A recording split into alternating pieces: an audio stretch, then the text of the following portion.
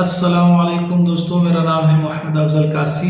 آج 29 شعبان ہے، تو ہمیں چاہیے کہ چاند دیکھنے کا اہتمام کریں، کیونکہ چاند دیکھنے کا اہتمام کرنا فرض کفایہ ہے۔ اگر پورے علاقے میں سے کوئی بھی اس کا اہتمام نہ کرے تو پورے علاقے والے گنہگار ہو جائیں گے، اور اگر چاند نظر نہ آئے یا اگلے دن آ جائے تو پھر لوگ کہتے ہیں کہ یہ تو 2 دن کا چاند ہے، ہم نے ایک روزہ کھا لیا، تو یہ غلط بات ہے۔ اس طرح نہیں کرنا چاہیے، کیونکہ ایک حدیث میں ہے کہ قیامت کے قریب چاند بہت ہی سہولت کے ساتھ نظر آ جائے گا اور بلا تکلف نظر آئے گا، تو لوگ کہیں گے کہ یہ تو 2 دن کا چاند ہے، یعنی 2 راتیں ہو گئی ہے اس چاند کی۔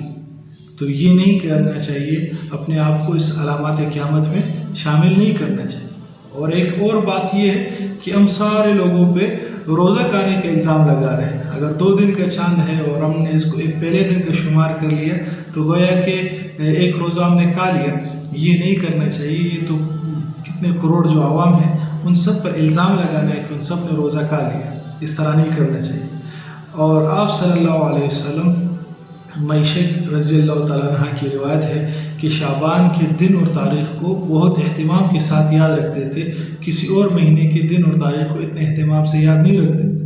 اور پھر جب رمضان کا چاند نظر آتا تو پھر روزے رکھنا شروع کر دیتے، اور 29 شعبان کو اگر چاند نظر نہیں آتا تو پھر 30 روزے ہی شمار کر لیتے۔